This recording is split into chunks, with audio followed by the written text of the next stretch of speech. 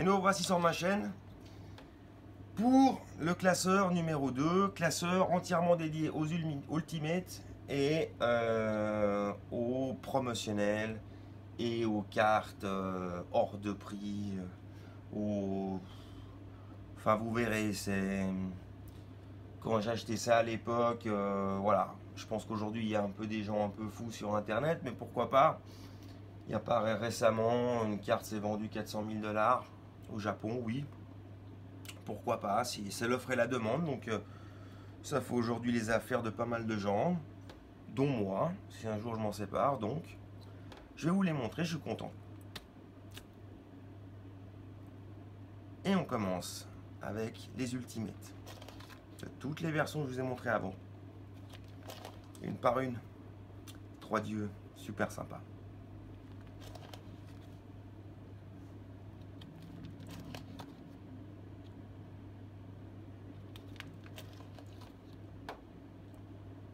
Ça me rappelle quand je suis arrivé à Tokyo en 2011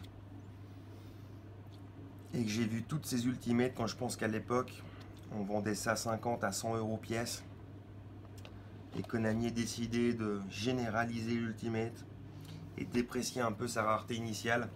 C'est un peu dommage. Pareil pour les Ghosts, quand elles sont sorties, donc les premières éditions, un acharnement pour en avoir. Aujourd'hui, les Ghosts, bon, on trouve des Ghosts à 5 €, 3 €, bon, pas trop d'intérêt. Mais vraiment une bonne idée de sortir des Ghosts rares. Première apparition dans les games, je crois, bord noir, belle profondeur, surtout en Ultimate. Là, on commence à voir aussi les boules qui sont en haut, en relief, c'est vraiment sympa. Voilà.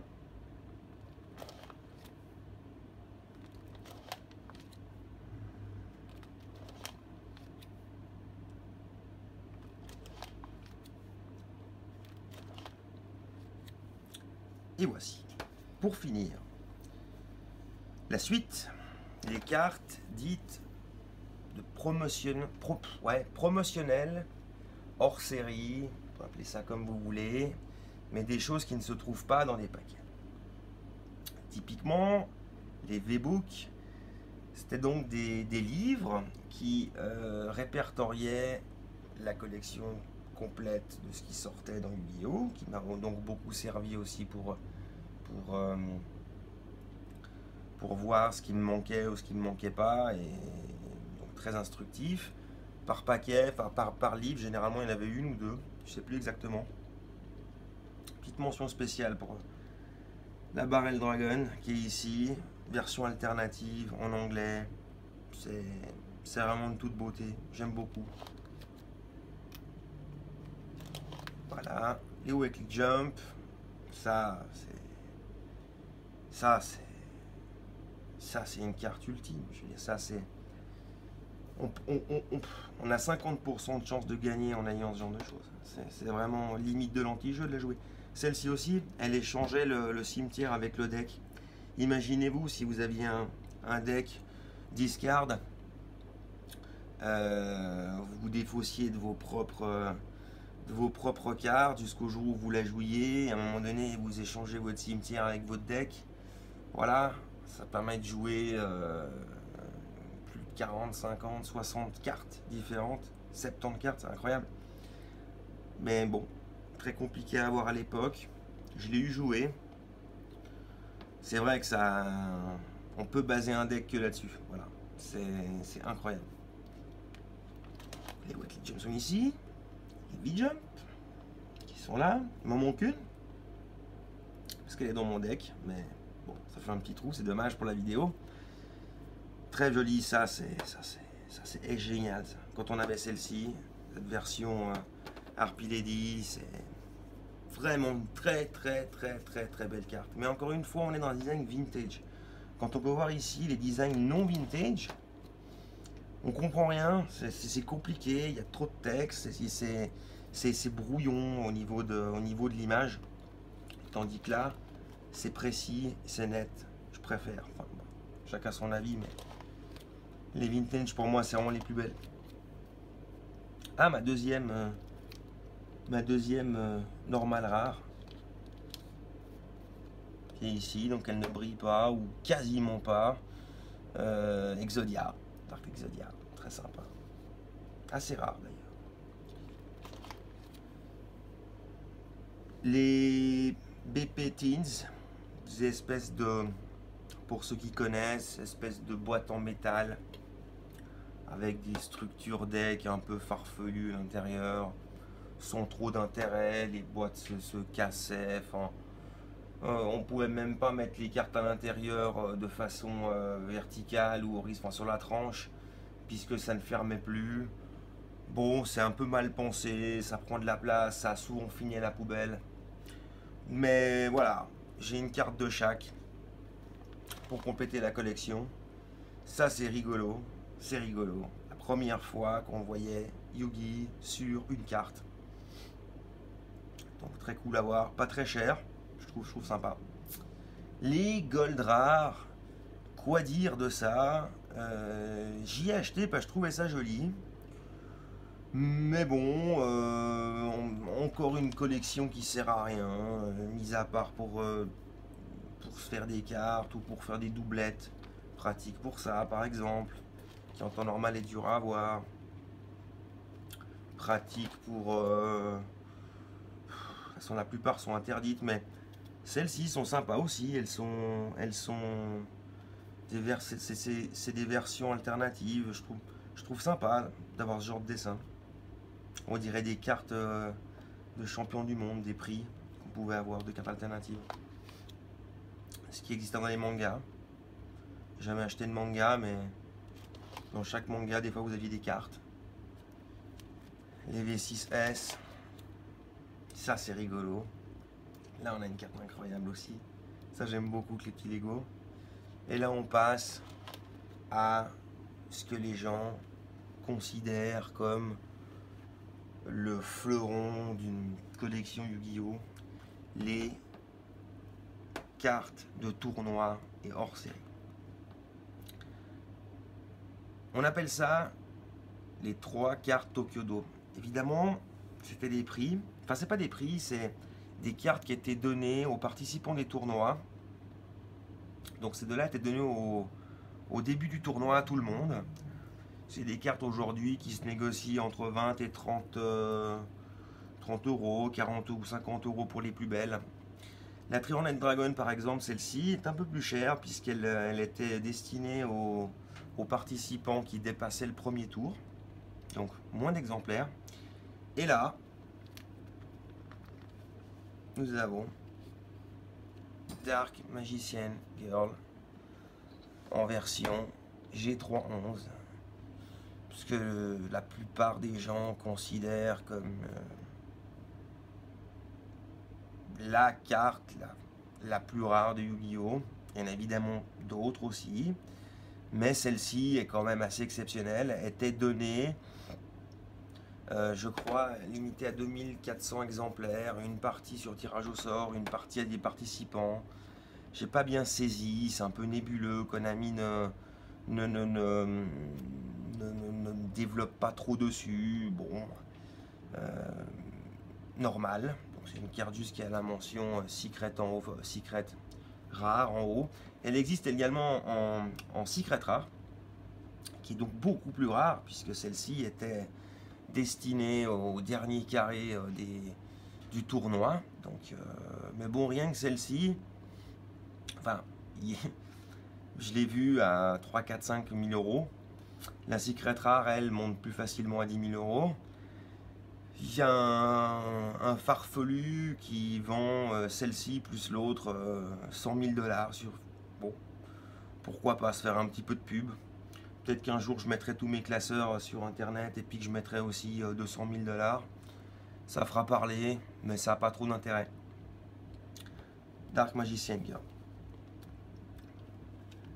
Blue Eyes. Weekly Jump.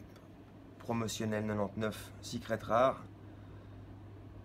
La plus chère, je pense, de tout le classeur. Là aussi, quelqu'un la vend 39 000 $. Ouais, bon, je crois que c'est la même personne qui vend les autres à 100 000, donc ne pas se baser là-dessus. C'est une carte que j'ai achetée 400 € à Tokyo. J'en ai trouvé qu'une, c'est vrai, durant mes dizaines de voyages. Mais à mon avis, la cote de cette carte avoisine plutôt les 10 000 €, en sachant qu'il n'y a que 1000 exemplaires au monde. Et en bon état, je dirais peut-être 200, 300 maximum. Voilà. Aquamadour, ça aussi, 2500, 3000 € de cote. Aucun intérêt, très moche. Bon, pour les fans, à avoir si on a les sous, mais ne manque pas une collection. Même une collection comme la mienne, même si je l'avais pas, pour moi je ne considérerais pas que c'est une carte qui a forcément sa place.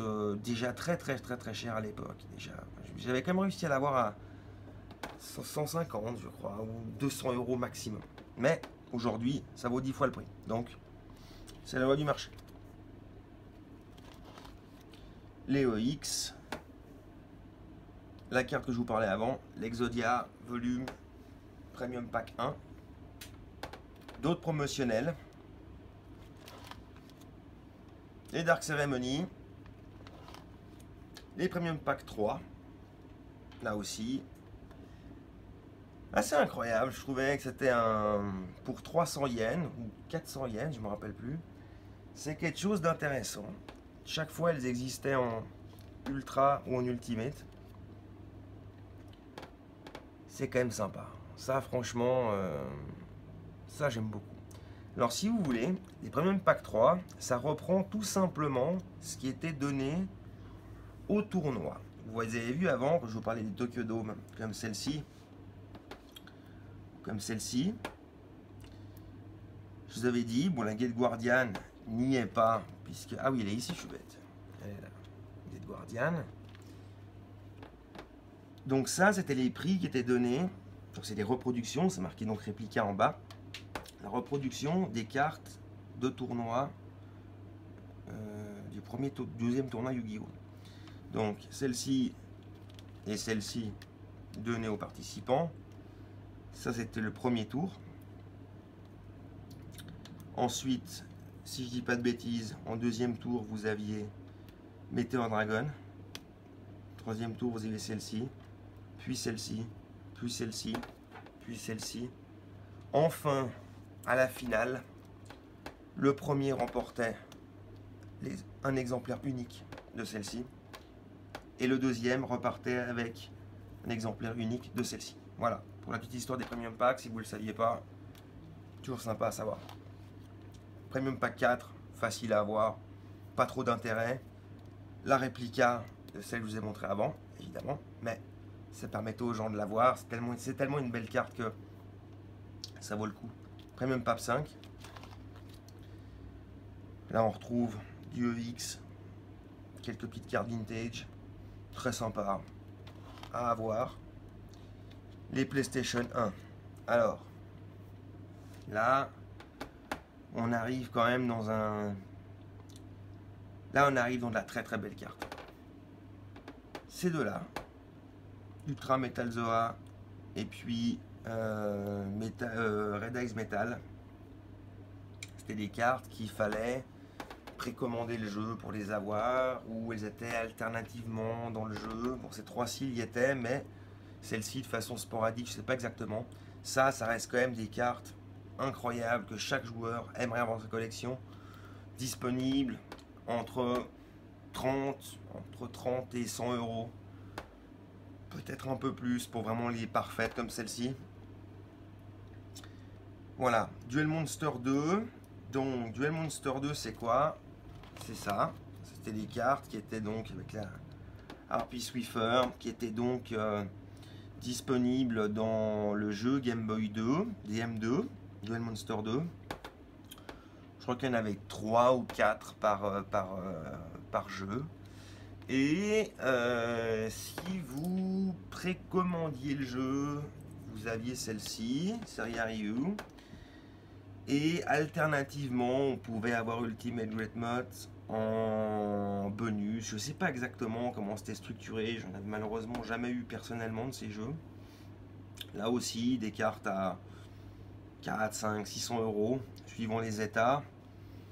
Celles-ci sont parfaites, donc j'imagine la valeur absolue, mais ça sert à rien. C'est injouable, mais bon, ça fait partie des cartes ultimes.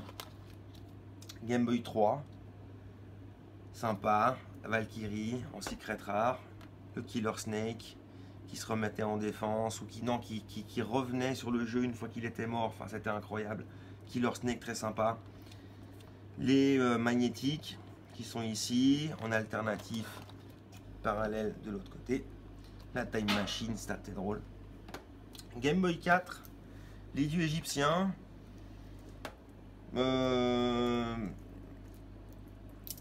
Ouais, à avoir évidemment à avoir, puisque c'était des cartes qui donc avaient à l'arrière pour la première fois une couleur différente, donc rouge pour Slifer, bleu pour Obélisque et jaune pour Ra. Très sympa, avec la mention Not for Sale dessus. Donc à l'époque vous achetiez, il y avait des jeux Game Boy 4, donc il y en avait 3, il y avait le rouge, le bleu et le jaune. Et donc vous aviez un booster à l'intérieur avec 3 cartes Game Boy 4 plus un dieu égyptien en fonction de la version que vous aviez choisie. Donc l'idée c'était d'acheter les 3 versions. Donc tout le monde s'est retrouvé avec 3 fois le même jeu, que ça servait à rien, mais bon, pour avoir les cartes. Les Game Boy 5 avec Deathwell Groove qui est donc qui est pour moi une des plus belles cartes vintage qui existent.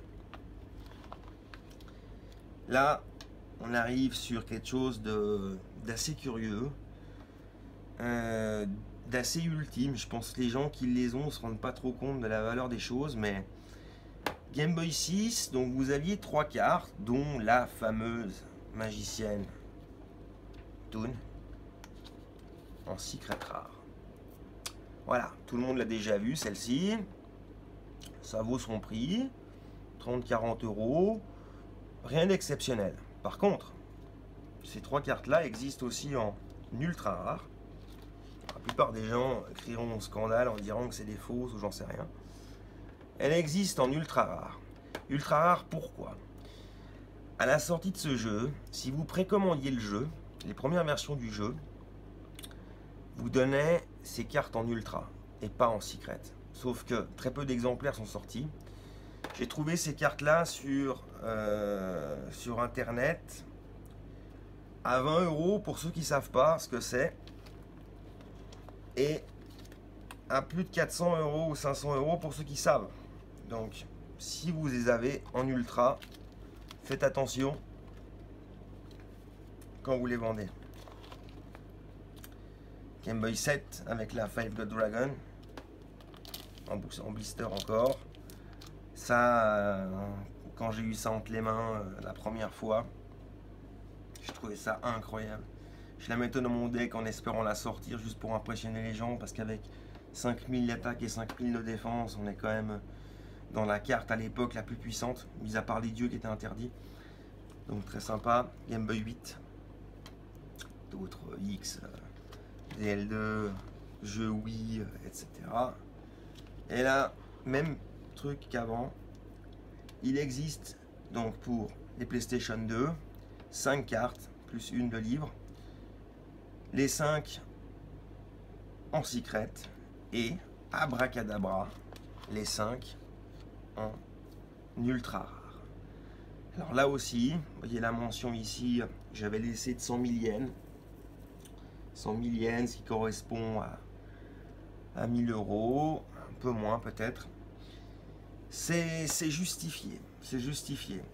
Ça à savoir aussi qu'à l'époque, si je dis pas de bêtises, vous n'aviez pas forcément les 5 à l'intérieur, mais que 3. Donc ça augmente encore plus la difficulté de les avoir par rapport à celle-ci où vous aviez déjà les 3. Voilà. Mais peut-être que je dis une bêtise. Les cartes de structure deck, ça me rappelle les débuts. L'alternative Magician Girl, super sympa. Voilà, à avoir. Pas si facile à trouver parce que beaucoup utilisés, un peu maltraités, donc à trouver en bon état, c'est pas facile. La version Toon et Gemini, la Larva Golem, pour ceux qui pouvaient pas se la payer avant ou la trouver, là elle existait. Et voilà, on finit cette vidéo sur cette dernière collection en full set.